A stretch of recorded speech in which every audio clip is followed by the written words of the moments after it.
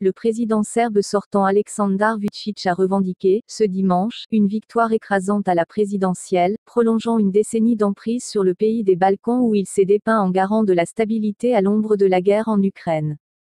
J'ai remporté 2 245 000 de voix au premier tour, a-t-il assuré dans son discours de victoire, précisant avoir obtenu environ 60% des suffrages.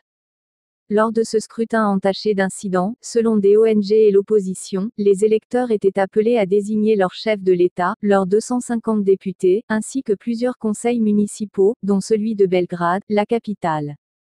Selon les derniers sondages, le parti serbe du progrès d'Aleksandar Vučić devrait confirmer sa mainmise sur le Parlement, tandis que le président lui-même semblait assuré d'un second mandat. Il avait été avant son élection, il y a 5 ans, vice-premier ministre et premier ministre. L'invasion de l'Ukraine par la Russie, fin février, a changé le cours de la campagne, qui aurait dû se concentrer sur l'environnement, la corruption et les droits dans ce pays des Balkans candidat à l'Union européenne. Mais Aleksandar Vučić, habitué à jouer des influences rivales de l'Est et l'Ouest, s'est emparé de la guerre à son avantage. Dans un pays subissant comme ailleurs la pandémie du coronavirus, il se présente comme le seul capable de barrer le navire par temps d'orage.